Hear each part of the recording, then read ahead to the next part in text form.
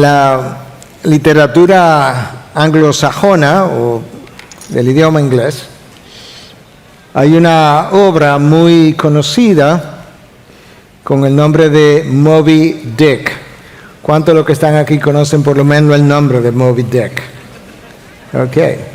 No voy a preguntar cuántos la leyeron, pero con el nombre me basta.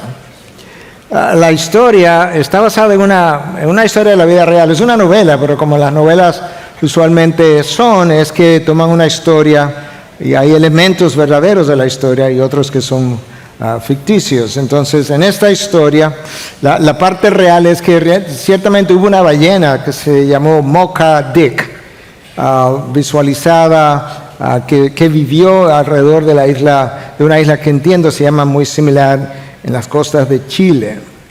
Y esa ballena era una ballena albina que pudo escapar de sus capturadores por 40 años. En esos 40 años supo investir muchos barcos balleneros que destruyó, marineros murieron, y básicamente la novela está basada en esa historia. Y una historia más, pero no tengo el tiempo para entrar en todos los detalles. El autor de la novela tiene una frase que yo quisiera usar hoy porque tiene mucho que ver con mi mensaje de esta mañana. Pero en la novela hay un capitán que supuestamente tuvo una pierna que le fue cortada por esta ballena y ahora quería vengarse de la ballena y la persigue hasta querer capturarla y matarla. Y la pasión por la venganza era lo que movía como las fibras de este hombre. Hay muchas lecciones que aprender en la historia. Pero su autor, Herman Melville, escribió un número de obras. En una de esas obras, menos conocidas, Melville dice lo siguiente: hasta que no sepamos que un sufrimiento, escucha, hasta que no sepamos que un sufrimiento, un dolor, supera a 10,000 deleites o gozos o alegrías, no nos convertiremos en lo que el cristianismo quiere hacer de nosotros. Hasta que nosotros no acabemos de entender que un sufrimiento tiene mucho más valor que 10,000 deleites o gozos, o placeres o alegrías, nunca vamos a llegar a ser lo que Dios quiere que lleguemos a ser. Para el autor de esa novela, el ser humano, y en particular yo diría el cristiano, no entiende el propósito de las aflicciones en su vida. Y creo que al igual que el capitán Ahab del barco ballenero, que estaba resentido y con ese resentimiento quería vengarse de la ballena, de esa misma forma muchos atraviesan las experiencias de dolor y se resienten y se endurecen, y tratando de anestesiar su dolor, transitan por caminos pecaminosos, con lo cual aumentan sus heridas y sus dolores. Déjame repetir la cita otra vez, hasta que no entendamos que un sufrimiento supera por mucho 10,000 alegrías, gozos, no vamos a llegar a hacer lo que Dios quiere hacer de nosotros. Piensa por un momento en alguno de tus momentos más felices. No sé si fue el día de tu boda, la noche de tu boda. Dime de qué manera la noche de tu boda te hizo crecer en carácter. No creo. Quizás fue el día que nació tu primer hijo. El día. No estoy hablando de los 9 meses que la mamá pasó de dificultades. El día que nació el hijo. Ese gozo que experimentaste, ¿de qué manera transformó tu carácter? O piensa en cualquier otro gozo, deleite, placer que tú hayas podido. Cuéntame, si quieres ven al final y cuéntame de qué manera tu carácter fue transformado por esa experiencia de alegría. Ahora déjame decirte, aunque el día de tu boda no afectó tu carácter, las dificultades que tú has tenido desde entonces en tu matrimonio, alguien por ahí dijo, bueno, te han hecho crecer enormemente. Yo estoy seguro que en el momento que tu hijo nació, ese gozo, esa alegría tampoco cambió tu carácter, pero las dificultades que ese hijo o tus hijos te han traído, comenzando con la cambiadera de pañales a las 2 de la madrugada, comenzaron a formar en ti paciencia y amor incondicional y una serie de gozos. Hermano, los gozos, alegrías, pasiones, placeres son muy temporales, muy pasajeros. Estimulan tus emociones, estimulan tus hormonas, estimulan neurotransmisores en el cerebro. Lo que no hacen, te pueden llevar a soñar incluso, lo que no hacen es llevarte a meditar sobre el propósito y el significado de la vida. Dime, ¿cuál de tus deleites te ha llenado de sabiduría? Dame uno. ¿Cuál de ellos te ha llevado a la introspección? ¿Cuál de ellos ha desarrollado en ti amor incondicional por el otro? No, claro que no, porque para eso tú necesitas el dolor, el sufrimiento, la pérdida, las decepciones y los sinsabores. Tú necesitas todo eso y yo también. Esa es la razón por la que Santiago, cuando escribe su carta, aquellos que eventualmente la leerían o la escucharían leer, en el versículo 2 del capítulo 1, dice lo siguiente, hasta el 4, tengan por sumo gozo, hermanos míos, eran cristianos, cuando se hallen en diversas pruebas, sabiendo que la prueba de su fe produce paciencia, y que la paciencia tenga su perfecto resultado, para que sean perfectos y completos sin que nada les falte. En esos 3 versículos hay 3 grandes enseñanzas. Hay una actitud que Santiago entiende que nosotros debiéramos tener ante las dificultades de la vida. En segundo lugar, hay una razón por la cual él entiende tú y yo debiéramos tener esa actitud que él describe.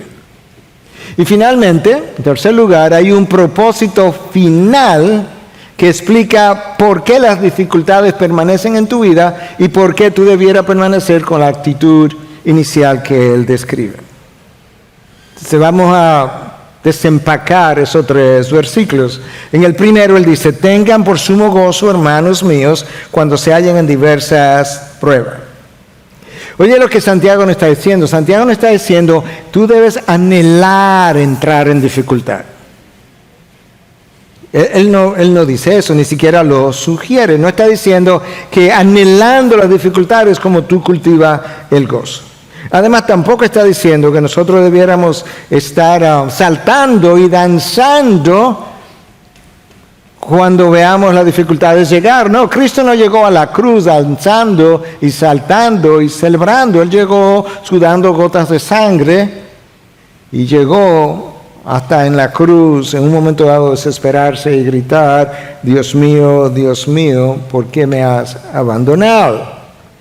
Cuando Santiago nos dice, tengan por sumo gozo, él no está haciendo alusión a una emoción o alegría, no, para nada. Él está haciendo referencia a una forma de pensar, a una actitud mental, como la que Pablo describe en Filipenses 2 con relación a Cristo. Haya en vosotros la misma actitud mental, o la misma mente que hubo en Cristo Jesús. Es a eso que Santiago se está refiriendo. Esa es una forma de pensar con relación a las dificultades. El gozo al que Santiago se está refiriendo no es nada emocional, es racional. Es un gozo que resulta de ver la vida completa a través del lente de la providencia de Dios. Y es una vida que es vivida bajo la autoridad de Dios y para la gloria de Dios. Esa es la manera como R.C. Sproul solía o en una ocasión describió lo que él llamó the big idea of the Christian life, el meollo de la vida cristiana. ¿Cuál es? Y esta fue su definición: que nosotros vivimos bajo la mirada de Dios, bajo la autoridad de Dios, para la gloria de Dios. Lo que Santiago está tratando de decirnos no es algo hipotético, es algo que está ahí descrito en personas de la Biblia. Y yo te quiero dar un solo ejemplo, pero hay múltiples. En el libro de los Hechos se nos describe cómo los apóstoles, Pedro, Juan y los otros, comenzaron a predicar la palabra y comenzaron a ser perseguidos. Cuando llegamos al capítulo 5, resulta que apresaron a varios de ellos. Y Gamaliel le dice, tengan cuidado con lo que van a hacer, porque una vez que vino un hombre similar y al final resultó nada y ya se terminó todo, pero si por si acaso estos hombres están diciendo algo que viene de Dios, tengan cuidado. Y el concilio entonces se reunió y determinaron, ok, lo vamos a liberar, pero lo vamos a azotar primero. Eso está en 5:40, el libro de los Hechos. Y luego lo vamos a liberar. Entonces fueron azotados y fueron liberados. Imagínate lo que son los azotes. Serán 39 azotes, hechos por personas que estaban acostumbrados a esto. Que ellos salieron de ahí lacerados. Hay dos formas de reaccionar ante esa experiencia. Una es de drama y trauma. ¿Ok? Imagínate. Es duro que uno comience a predicar la palabra. Y apenas ha comenzado, y mira cómo esta gente nos tratan, tratando de hacerles bien para que no se vayan al infierno, a la perdición. Cualquiera los deja para que se condenen todos. Eso es una forma de reaccionar. Pero hay otra forma de reaccionar. Y es una forma de aceptación y agradecimiento. Al reconocer que la cárcel y los latigazos estuvieron todo el tiempo en las manos del Dios que gobierna desde los cielos.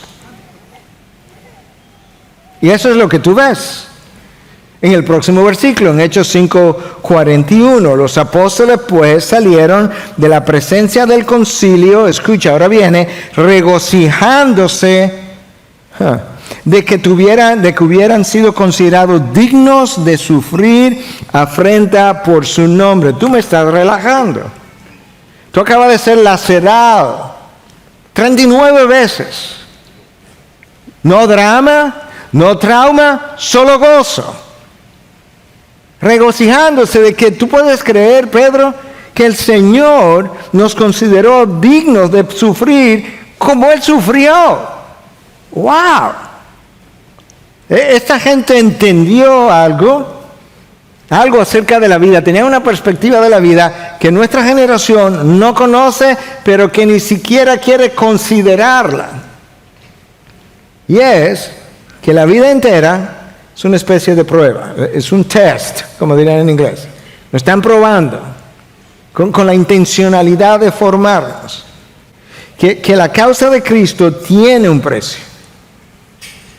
Que la fe cristiana frecuentemente nos va a llevar a experimentar el sufrimiento. Pero por otro lado, esta gente también entendió que no hay sufrimiento del que Cristo no sea meritorio, no hay sacrificio del que Cristo no sea meritorio. Cualquier aflicción que yo tenga que atravesar en mi vida, Cristo lo vale. La cruz lo vale, la causa de Cristo lo vale, el cielo lo vale. Y lo que este pasaje de Hechos 5 que yo acabo de ilustrar es exactamente lo que Santiago estaba enseñando. Ténganlo por sumo gozo. Yo no creo que cuando Pedro y los apóstoles estaban siendo latigados, si estaban uno al lado del otro, no creo que se estaban diciendo, wow, qué alegría tengo yo con estos latigazos. No creo. Pero tenía una actitud mental, una disposición, una forma de pensar. Lo que el texto de Hechos 5 nos revela es que mi reacción a la aflicción, a la adversidad, frecuentemente revela la condición de mi corazón y la perspectiva que yo tengo de la vida. Mi reacción a la adversidad revela dos cosas: la condición de mi corazón y la perspectiva o entendimiento que yo tengo de la vida. Permítame repetirte algo que yo dije un tiempo atrás, no sé si fue aquí o en alguna de las clases de miércoles o dónde, pero eso es una cita de Paul Tripp que dice algo así como: tú no sufres simplemente la cosa que estás sufriendo, un cáncer, lo que tú quieras, sino que tú sufres eso que estás sufriendo por la manera que lo estás sufriendo. Creo que esta vez lo dije un poco más simple que la vez primera en el servicio anterior. Creo que entendieron, ¿verdad?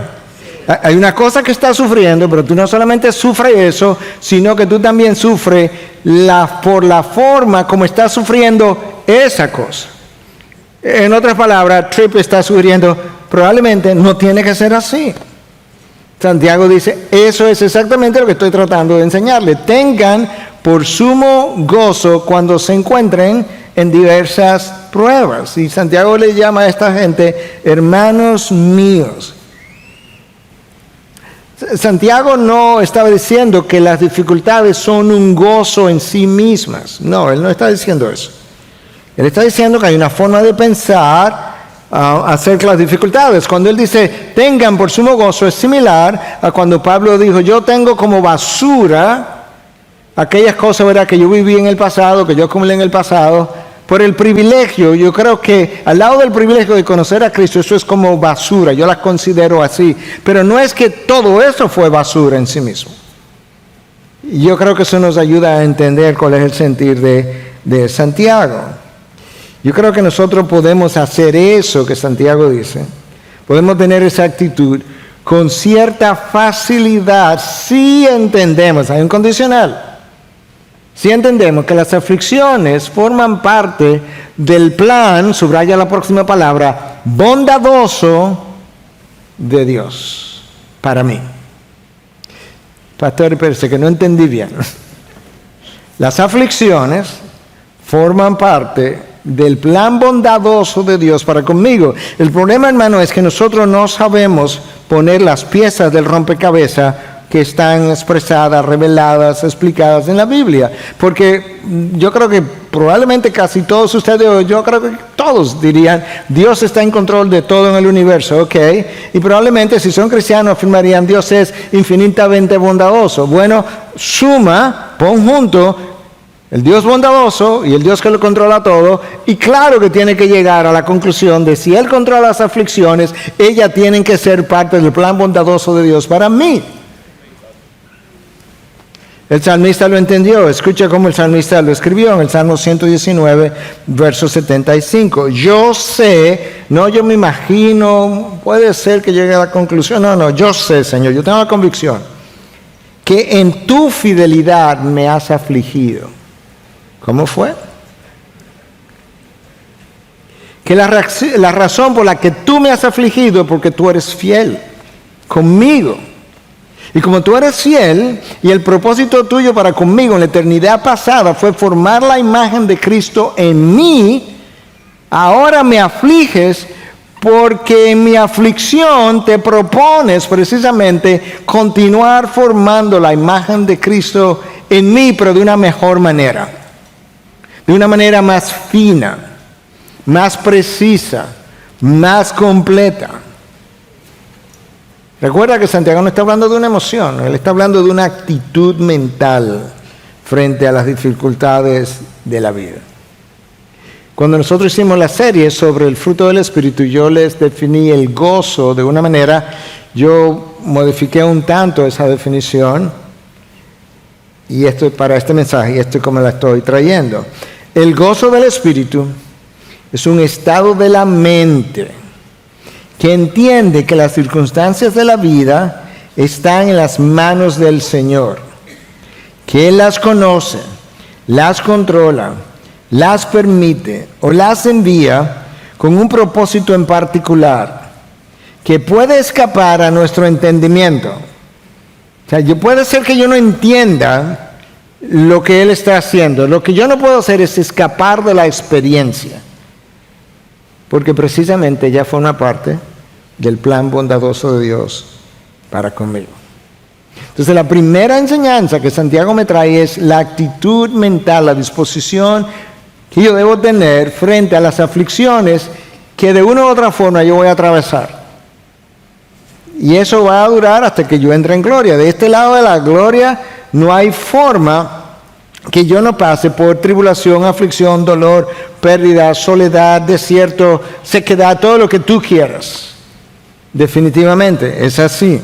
Por eso el currículum del Señor tiene, como lo hemos dicho otra vez, el sufrimiento 101, 102, 103, 104, 105, hasta que entres en los cielos. Entonces, primero es la actitud que debo tener. Lo segundo es, que Santiago enseña, es que hay una razón para que tengas esa actitud. En otras palabras, yo no te voy a decir simplemente, mira, ten la actitud y punto, acéptala. No, hay una razón que debe mover tu entendimiento a disponerse, a contar las dificultades como sumo gozo.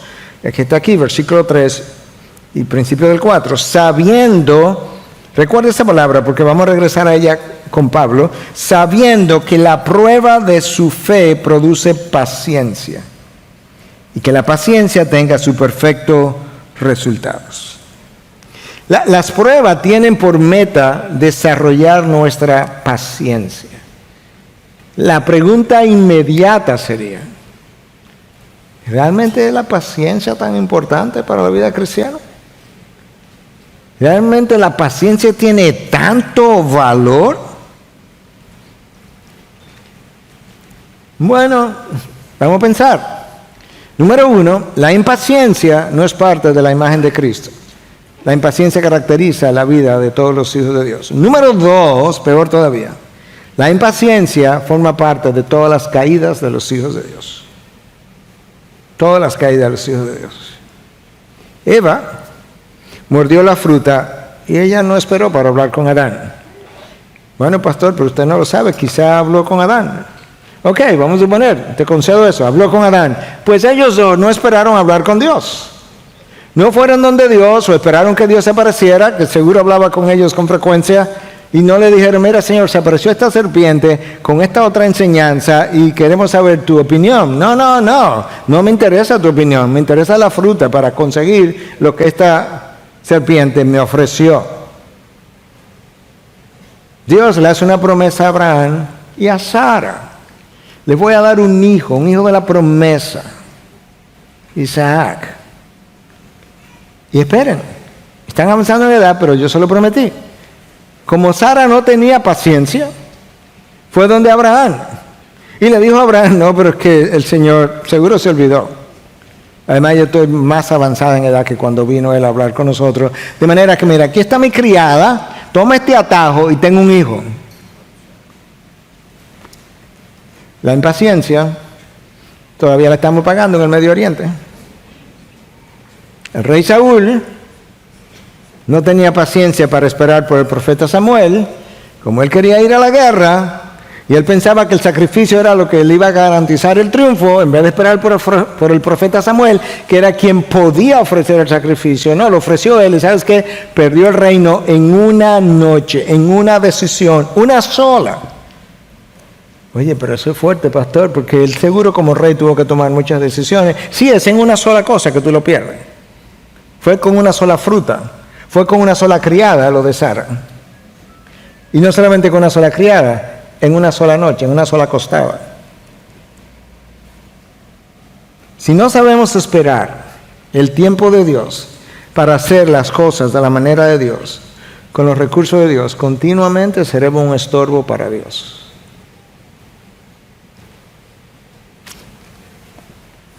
Pero Dios no se deja estorbar.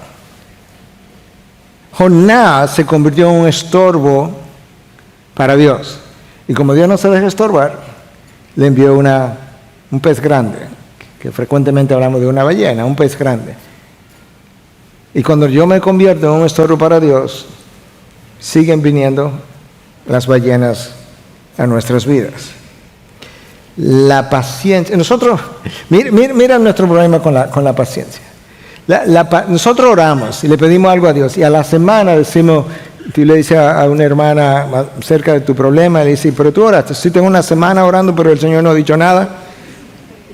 A la semana, tú le estás orando a un Dios que existe fuera del tiempo y del espacio, que para Él un año es como, un día es como 1000 años y 1000 años como un día. A la semana tú estás impaciente.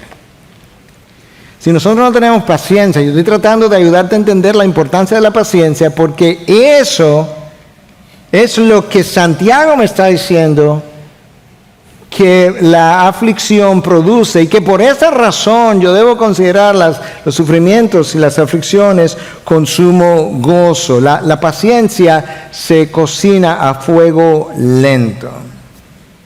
Y ese fuego no es otra cosa que las pruebas que llegan a tu vida. Mira cómo Pedro lo explica en 1 Pedro 4:12. Amados, no se sorprendan del fuego de prueba que en medio de ustedes ha venido para probarlos. Tú ves que es una prueba.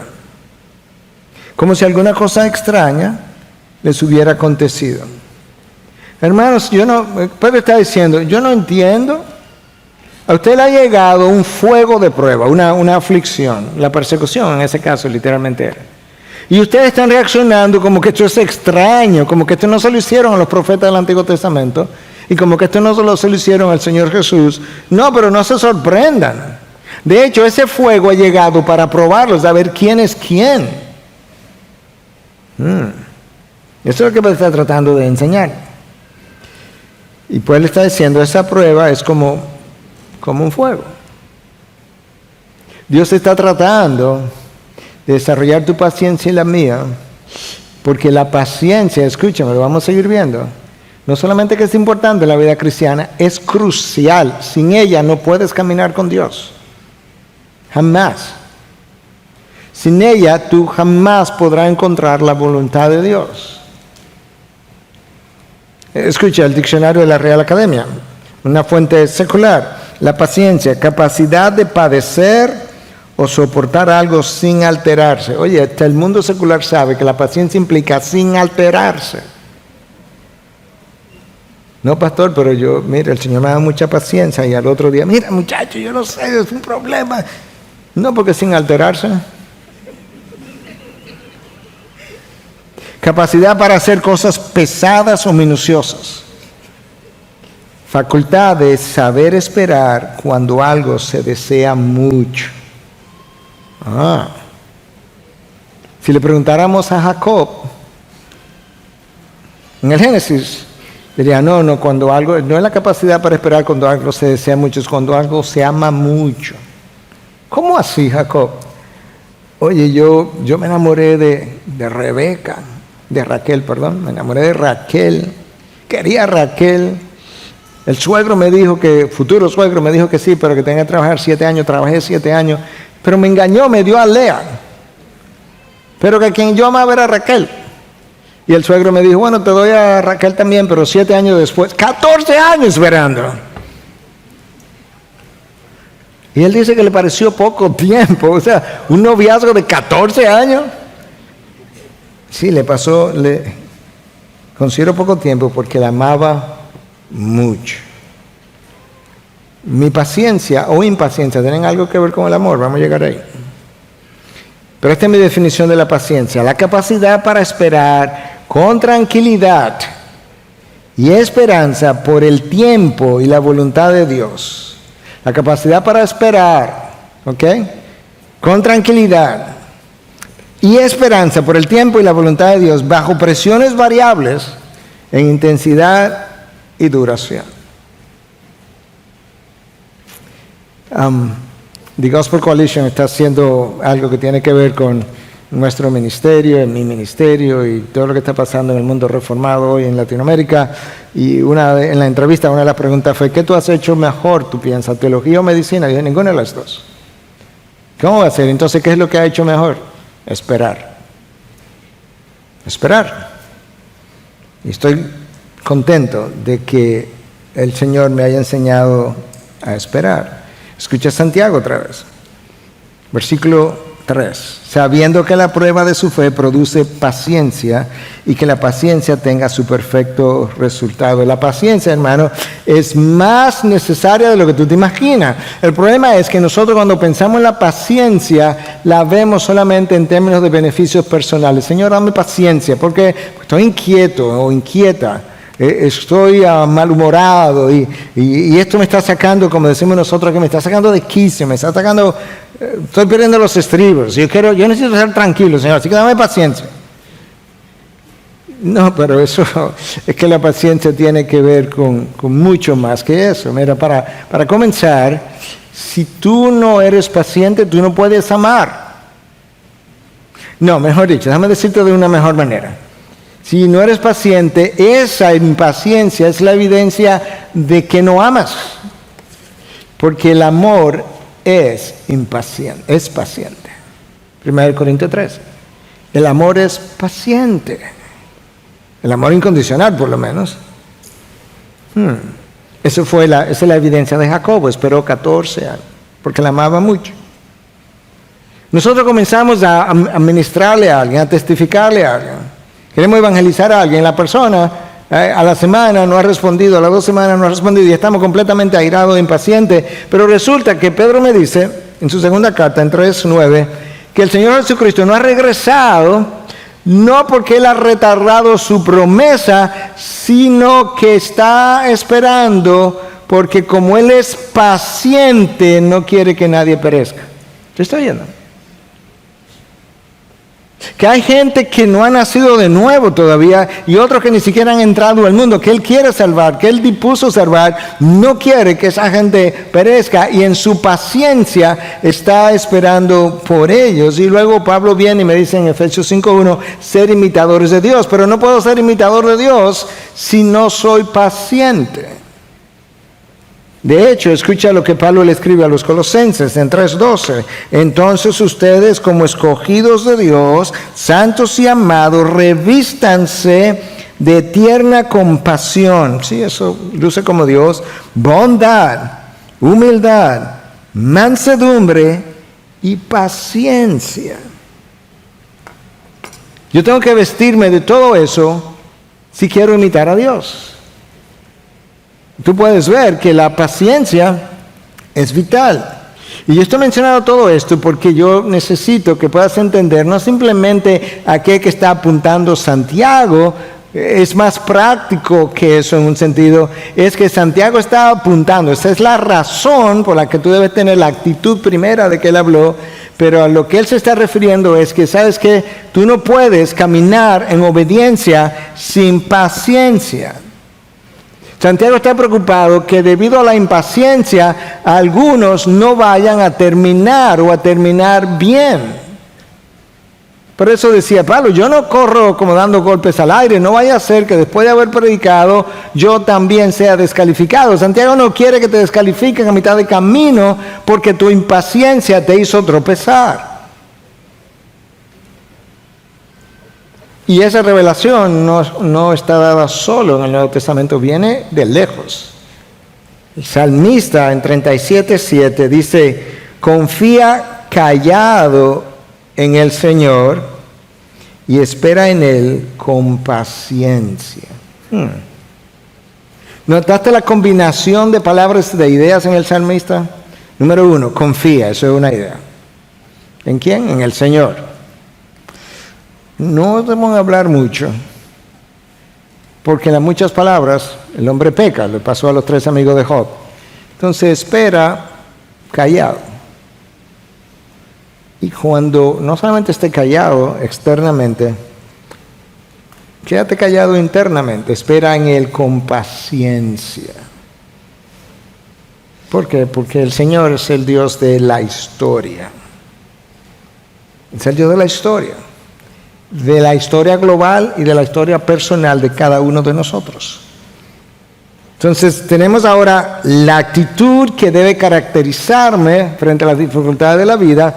Número 2, tenemos ahora la razón por la cual tú y yo debiéramos ser pacientes. Y yo creo que eso es importante. Porque de lo contrario, como yo decía, tú y yo no vamos a poder caminar con Dios. Santiago sigue desarrollando su idea de cultivar la paciencia. Y ahora entonces él tiene una tercera razón por la que nos instruye a tener esa actitud. O mejor dicho, él tiene un propósito final por el cual él entiende que tú y yo debiéramos esperar a ver ese resultado. Versículo 4. Para que sean perfectos y completos, sin que nada les falte. Perfectos y completos. La idea ahí es madurez cristiana, que puedan tener madurez cristiana. Lo que ocurre es que en las aflicciones Dios aprovecha y elimina muchas de aquellas cosas que yo considero fortalezas, en las que yo me apoyo, en las que yo confío, que puede ser preparación, título, intelecto, la familia de donde viene, no sé, seguros, finanzas, seguro de salud, confío en eso, seguro de vida, no sé por qué le llaman seguro de vida, porque tú te mueres y el dinero tú no te lo llevas, sino que se queda aquí. Debieran llamarle seguro de sobreviviente de los que mueren, pero no seguro de vida. Entonces Dios destruye en la aflicción las fortalezas humanas y en la debilidad perfecciona su poder en nosotros. Eso es como ocurre. Esa madurez cristiana no es el fruto solamente de las aflicciones, no. Las aflicciones son vitales. Es el fruto de las aflicciones en una persona que espera pacientemente, bajo la prueba, bajo presión por un largo tiempo. Ese es el fruto es como el diamante que se forma en la profundidad de la tierra, bajo altas presiones, con alto calor. Pero nosotros tenemos la oportunidad de reaccionar de una manera o reaccionar de otra. Quizá esta ilustración nos pueda ayudar. Las ostras forman las perlas, ¿cierto? Pero ¿sabe cómo se forman? Hay un pedacito de arena que entró a la ostra adentro y le causa una irritación. Y ella entonces, tratando de eliminar la irritación, comienza a secretar algo que va cubriendo la arena. Y cuando ella termina de cubrir la arena, ya la irritación para. Pero ¿sabe lo que se formó? Una perla. De esa misma manera, si tú reaccionas adecuadamente a la tribulación, a las aflicciones, a tus irritaciones de la vida, Dios formará perlas en tu vida de un valor incalculable. Pero yo necesito la perspectiva correcta. Hermanos, la Biblia, la historia del pueblo de Dios, los últimos 2000 años no están registrados aquí. Bueno, después que los libros se escribieron en el primer siglo. Por eso digo la historia del pueblo de Dios. La historia secular, todas esas cosas, atestiguan que nadie llega a la madurez, desde el punto de vista secular hasta donde se pueda lograr, o desde el punto de vista cristiano, con la perspectiva divina, nadie llega a la madurez sin pruebas y aflicciones. Cada personaje de la historia, lo puedes leer aquí o en la historia secular, cada personaje de la historia, con cierta profundidad de sabiduría, de discernimiento, de entendimiento, es el fruto de irritaciones peleadas, conquistadas y de haber hecho introspección a lo largo del camino. El mundo secular, ¿sabes? Mira es una cita que se le ha atribuido a diferentes personas. De hecho, yo mismo en un momento dado de esta semana, no conociendo mucho de la fuente, o teniendo una información errada de la fuente, se la atribuía a otra persona, pero realmente la cita viene de una novela de ciencia ficción del año 2016, del otro día. La novela se llama Aquellos que quedaron, una novela post-apocalíptica de Michael Hoff. Es como que hubo un apocalipsis y quedó gente. Escucha perceptivamente lo que ese autor dice. ¿Okay? Mi abuelo caminó 10 millas al trabajo. Mi padre caminó 5 millas al trabajo. Yo conduzco un Cadillac al trabajo. Mi hijo conduce un Mercedes-Benz. Y mi nieto conducirá un Ferrari. Escuche, porque de aquí en adelante que se pone bueno. Mi nieto va a conducir un Ferrari. Mi bisnieto volverá a caminar. ¿Dónde está mi abuelo? ¿Por qué es esto? Escuche, porque esto es como una perla. Porque los tiempos difíciles crean hombres fuertes. Los hombres fuertes crean tiempos fáciles. Los tiempos fáciles crean hombres débiles. Los hombres débiles crean tiempos difíciles. ¿Tú entiendes? Los hombres fuertes crean tiempos fáciles para los que vienen. Los tiempos fáciles, como es nuestra generación altamente sufrida, crea hombres débiles. Y los hombres débiles crean tiempos difíciles. Por eso mi bisnieto va a caminar otra vez, como mi abuelo. Wow. Algunos le atribuyen esa cita al fundador de Dubái, pero no lo es. ¿Usted sabe cómo él termina? Dice, algunos no lo entenderán, pero hay que criar guerreros. Claro, porque el soldado tiene sentido de disciplina, sentido de trabajo, sentido de sacrificio, sentido del deber, da su vida por una causa. El soldado no está interesado en la parte monetaria, no es ahí donde está el valor, es en estos otros valores.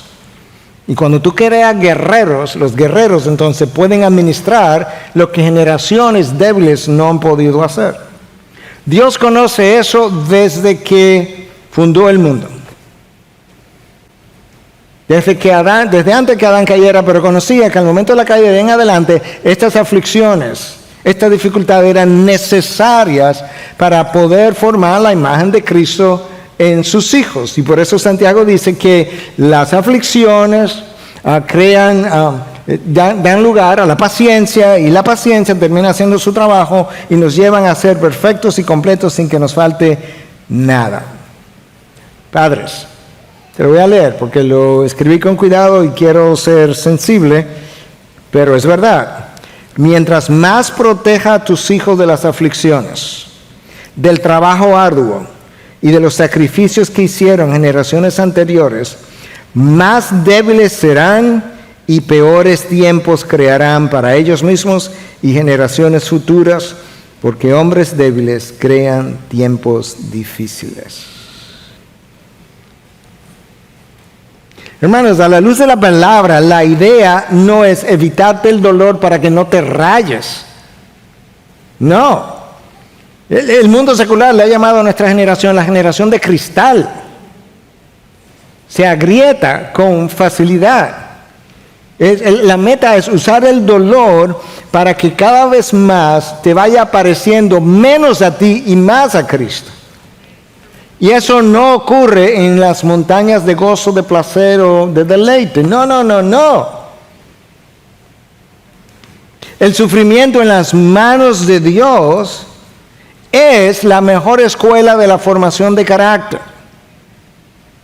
No una escuela, no una buena escuela, no una excelente escuela. La mejor escuela de formación del carácter es el dolor, la aflicción en las manos de Dios, porque es en sus manos que está. Por eso titulamos el sermón de hoy, el sufrimiento en las manos de Dios. Santiago entonces nos estimula a tener por sumo gozo la aflicción. Pablo entendió exactamente igual, casi con las mismas palabras. Escucha. Romanos 5, 3 y 4. Y no solo esto, sino que también nos gloriamos en las tribulaciones. Pablo va más allá que Santiago. No simplemente dice, considéralo como sumo gozo. No, Pablo dice, no, yo me glorío en las tribulaciones. ¿Por qué? Sabiendo. ¿Te acuerdas que yo te dije, grábate esa palabra que vamos a volver a ella con Pablo? Ahí está. La misma palabra sabiendo que usó Santiago, aquí está Pablo. Sabiendo que la tribulación produce paciencia. Y la paciencia, carácter probado. Ahí está la madurez de Santiago. Ahí está el nombre completo de Santiago. Y el carácter probado, esperanza. ¿Oíste hablar? La tribulación produce paciencia y la paciencia, el carácter probado. Lo mismo de Santiago. Cuando tú atraviesas la aflicción, la dificultad, escucha los calificativos ahora, sin apresurarnos, sin tomar decisiones emocionales como Eva, sin tomar atajos pecaminosos como Sara, sin desafiar los límites de la ley de Dios y sin cuestionar la soberanía de Dios, cuando esa es la forma de esperar pacientemente, el fruto de eso es un hombre maduro, completo o carácter probado, para usar las palabras de Santiago primero y de Pablo después. Lo que Pablo entendió, lo entendió Santiago y lo entendió Pedro. Escucha a Pedro ahora. Aunque ahora, por un poco de tiempo, si es necesario, sean afligidos con diversas pruebas, aquí viene, para que la prueba de la fe de ustedes, hay que probar esa fe, más preciosa que el oro que perece, aunque probado por fuego, es por fuego que la fe se prueba. La fe se prueba de dos maneras, para ver si es genuina, porque muchos en medio de la dificultad abandonan el camino, abandonan la carrera, pero la fe se prueba en el sentido también de que si es genuina va a perdurar y tú vas a ver, no, era genuina, mira cómo han perdurado en medio de la dificultad. Que esa fe, probada por fuego, sea hallada, que resulte en alabanza, gloria, honor en la revelación de Jesucristo. Para ver si es genuina, pero también porque el fuego elimina las impurezas que contaminan mi vida. Ahora, considera esto. El mismo fuego que derrite la vela es el fuego que endurece el ladrillo. Piensa que la vela y el ladrillo es el corazón del hombre. El mismo fuego que toma el corazón de un hombre o de una mujer, lo ablanda y lo vuelve manso y humilde. Esa es la prueba. Es el mismo fuego o la misma prueba que en otro ser humano, hombre o mujer, lo endurece y lo vuelve resentido, aislado y apático. El salmista, con menos revelación que nosotros, entendía lo mismo que Pedro, que Pablo, que Santiago. Es impresionante la consistencia de la revelación bíblica. Escucha lo que él escribe en el Salmo 119, 71. Bueno es para mí ser afligido. ¿Cómo? Bueno es para mí ser afligido. Porque por todo esto que Santiago viene explicando, ahí donde está la necesidad de nosotros poder apreciar la aflicción. Nosotros no nos gusta eso, porque no nos gusta el dolor. Nuestro compromiso primario es evitar el dolor y sobre todo en nuestra generación. Pero por otra parte, nosotros no tenemos paciencia, que era la razón, ¿verdad?, por la que Santiago quiere que adoptemos esta actitud, porque nosotros somos muy impacientes. Dios es muy lento para nosotros. ¿Es verdad? Moisés, 40 años en el desierto, 40 años en un desierto. Y después entonces Moisés 40 años para llegar a la tierra prometida, cuando se podía llegar en días, 40 años dando vueltas en la tierra prometida. No, yo no tengo tiempo para eso. Dios lo disciplina, manda al pueblo al exilio 70 años en Babilonia. Yo hubiese regresado hace tiempo. En nuestro día cojo un avión y regreso. Tomo un barco y vengo. Hasta nadando vengo. Pero vengo. Así somos nosotros. Que el Mesías iba a venir una primera vez y lo anunciaron en Génesis 3:15 y se aparece allá en los evangelios varios miles de años después. No, yo no tengo tiempo para eso. Y ahora tenemos 2000 años para que regrese la segunda vez y nos deja aquí esperando. Si tú no tienes paciencia, tú no puedes caminar con Dios. Además, no puedes caminar en su voluntad tampoco. Porque Dios nunca anda deprisa. Santiago dice que la meta es un cristiano maduro. Ahora la pregunta es, ¿cómo luce un cristiano maduro? Yo creo que eso lo pudiéramos responder de diferentes formas y a través de diferentes autores de la Biblia. Pero yo creo que lo más justo sería dejar que Santiago le responda a la pregunta, porque él es que está trayendo esta nomenclatura de un cristiano maduro, perfecto. Yo te voy a decir, según Santiago, cómo él entiende que ese cristiano maduro va a lucir.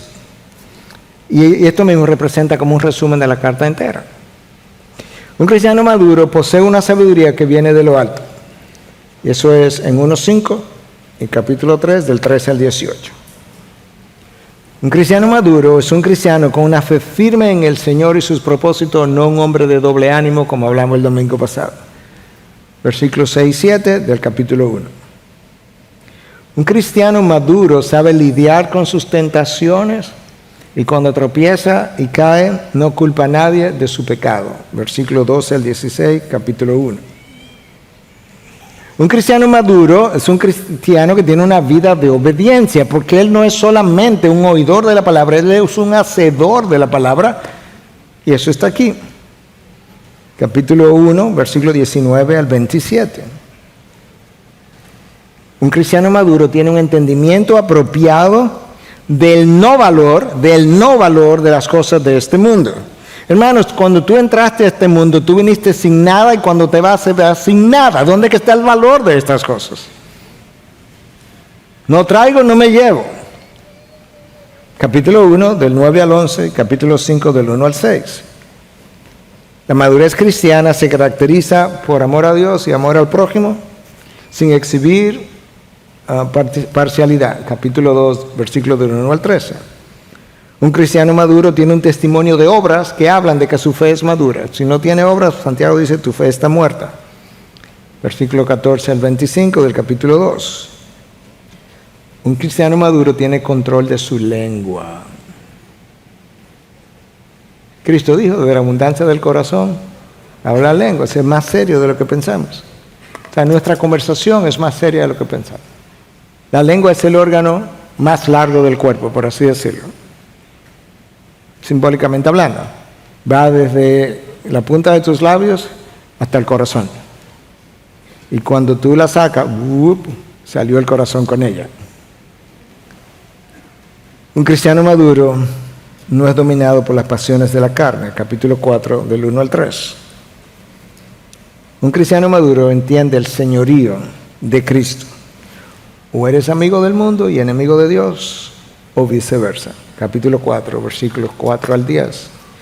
Y el capítulo 5 tiene diferentes recomendaciones.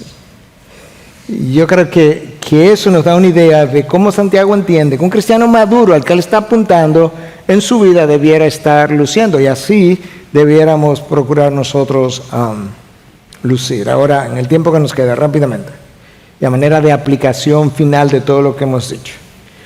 Si la tribulación, la aflicción produce este carácter probado, maduro, completo, dependiendo de si es Pablo o si es Santiago que están hablando, ¿de qué forma es que eso ocurre? O sea, ¿cómo es que ese carácter se forma? Bueno, mira, las dificultades obligan al hombre a reflexionar y al mismo tiempo a abandonar la superficialidad de la vida.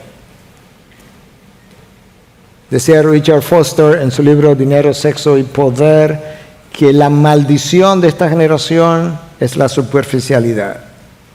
La mayoría de la humanidad vive para el aquí y el ahora, como si nunca fuera a rendir cuentas a nadie. La dificultad te lleva a hacer introspección, y en la introspección muchas veces tú descubres cómo has violado la ley de Dios y tienes ahora la oportunidad de arrepentirte cuando antes ni siquiera lo veía. Número 2, las dificultades tienden a producir muchas inseguridades interiores en ti, en mí. Cuando estamos inseguros comenzamos a buscar de Dios, y cuando comenzamos a buscar a Dios en la dificultad, lo buscamos de corazón. Como Dios dijo, cuando me busque de todo corazón me encontraréis. Nos encontramos con Dios, y cuando nos encontramos con Él dejamos de preguntar, ¿y dónde está Dios en medio de mi dificultad? No, ya te encontraste con Él. ¿Y qué te llevó a eso? Me puse a buscarlo. ¿Cómo? ¿Por qué no lo encontraste antes? Porque ahora lo busqué de todo corazón. ¿Y cómo pasó eso? Estaba tan inseguro y ya todo lo que yo confiaba se me había ido, que ahora solamente me quedaba Dios. Número 3, las crisis nos recuerdan que esta vida es pasajera, que es transitoria,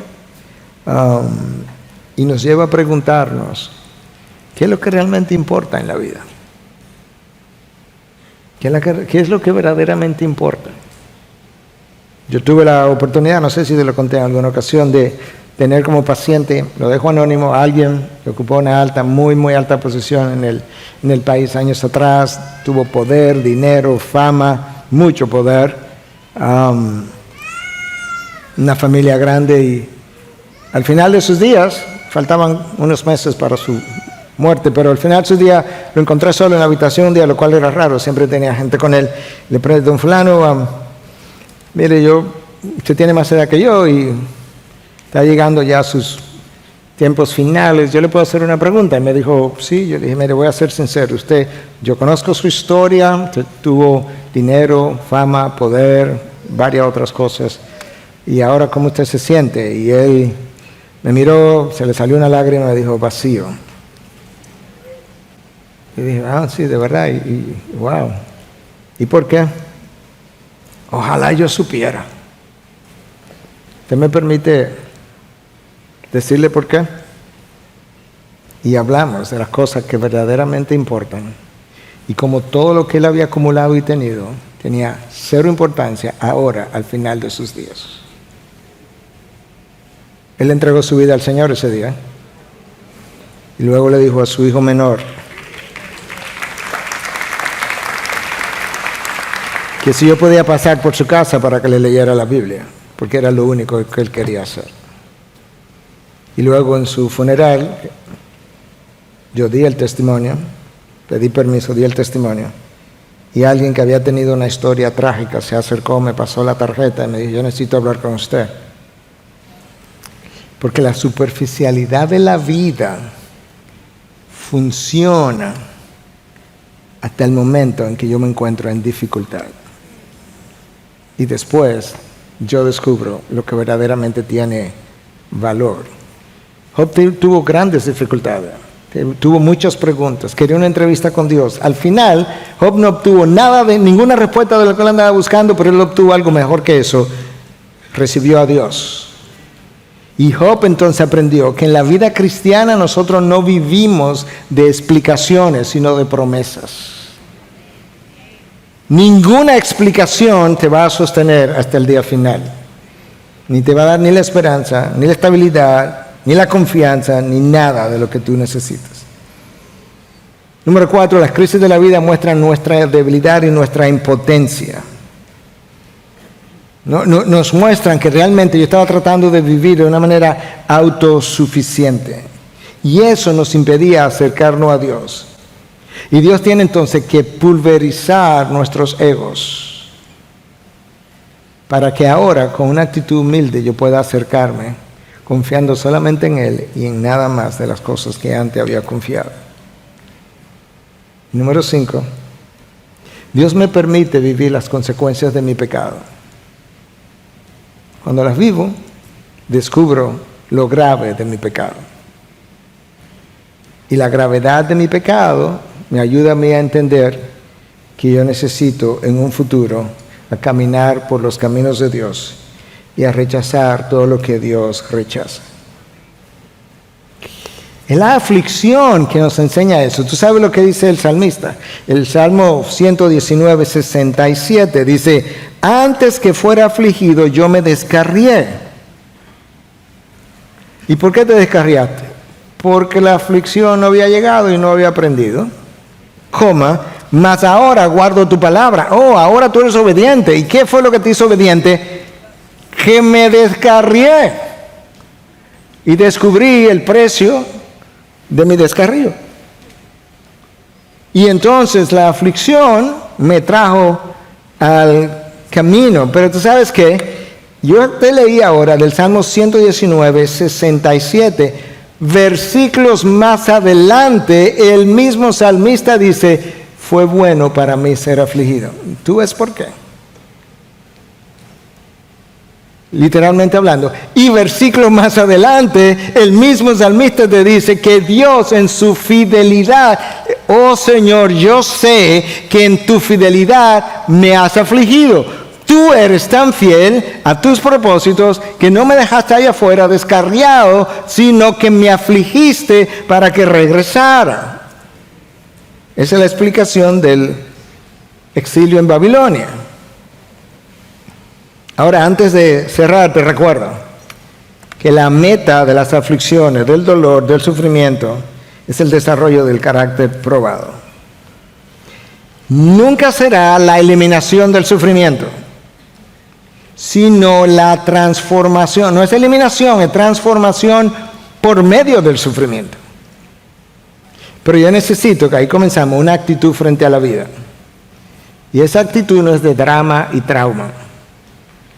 Yo he estado, y con esto cierro, he estado en los últimos días en diferentes momentos ejemplificando mi historia de diabético de los 11 años y medio de la forma que yo no la viví, ¿ok?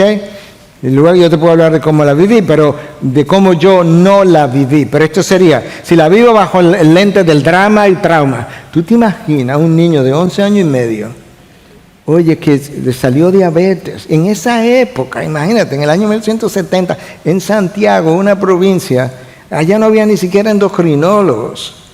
¡Wow! Y entonces, y se estaba inyectando 4 veces al día, 4 veces al día. Y entonces resulta que su papá, que vivía con él, que trabajaba desde la casa, que escribía desde la casa, a los 6 meses se le murió el papá. Eso es duro. Eso es duro. Tú sabes, un niño de 11 años y medio no bizcocho, no refresco. Y en los cumpleaños, ¿cómo se hace? Y ahora el papá se le murió a los 6 meses. Eso no es fácil. Y a los 6 meses a sus hermanos mayores se le ocurrió que se iban a mudar para la capital otra vez. Y entonces ahora venir de regreso y lo cambiaron de colegio. Tú sabes lo que llegar ahora, ya tenía 5 años por allá, 5 en otro colegio, llegar con amigos que no conocían, pero el colegio estaba lejos y en su casa no había carro. Y tú sabes que él tenía que caminar 1 kilómetro todos los días para pararse en una esquina y a que pasara un señor que tenía hijos en el colegio, lo llevara al colegio. El señor muchas veces se olvidaba y lo dejaba también, y luego él regresaba a su casa. No, me dejaron, y luego lo traían al mediodía. Eso es duro. ¿Tú crees que eso es fácil? Yo no conocí nada de eso. Olvídate de eso, que eso no fue mi historia. Yo te voy a contar mi historia.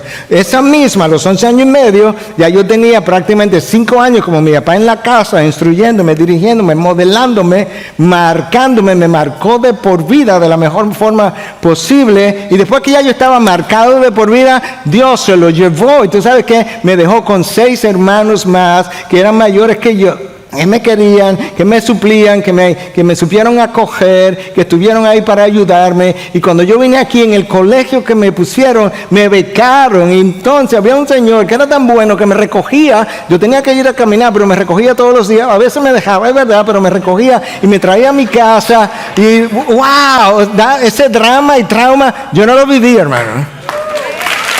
Eso, quitemos esa perspectiva. Ahora, yo reconozco que hay alguien que pudiera estar aquí que está en medio de un drama. ¿Qué es lo que te quiero decir con eso? Que si adopta el lente bíblico, tú puedes tomar el drama, transformarlo en un drama de gozo, de bendición, de propósito, de significado, de presencia de Dios. Y es un drama, pero es otro drama. Y los hermanos que estamos aquí debemos ser parte de tu drama, ayudándote a que llegues ahí. Porque igual, tú no llegas ahí de la noche a la mañana. Hoy lo entendí, hoy lo vi. Alguien me escribió, tan pronto terminé el primer servicio. Gracias, pastor, me fui con una perspectiva nueva de la vida. Sí, pero hay que seguir ayudando a ese hermano. Para eso es el cuerpo de Cristo. Lloramos juntos, nos reímos juntos, caminamos juntos. De manera que si tú conoces a alguien que está en medio de un drama, únete a su drama y traten de darle la vuelta a la moneda para poderle decir como el salmista: alma mía, alaba al Señor y no te olvides de ninguno de sus beneficios, no olvides ninguna de sus bendiciones, porque en la aflicción Él está más cerca que nunca. Una señora vino y se me acercó al final por igual. Pastor, yo tenía 46 años casada, mi esposo se me murió hace 4 meses, pero le puedo decir que ahora en la soledad es cuando yo más cerca he sentido a Dios y donde estoy creciendo más todavía. En la aflicción, no en el gozo, no en el dolor. Y ese es nuestro Dios. De manera que Santiago está diciendo, tenlo por sumo gozo y que tú puedas aquí en adelante ver tu vida de otra manera. Hay dramas en la vida, hay traumas en la vida. El poder de Dios en sus hijos está para transformar el trauma de dolor en trauma de gozo, o mejor dicho, en drama de gozo, donde pudiéramos entonces dar testimonio de que nuestro Dios es quien Él dice que es. Padre, gracias por tu palabra, por tu espíritu, por las historias reveladas en la Biblia, de cómo tú transformas la historia de los hombres en historia de triunfos.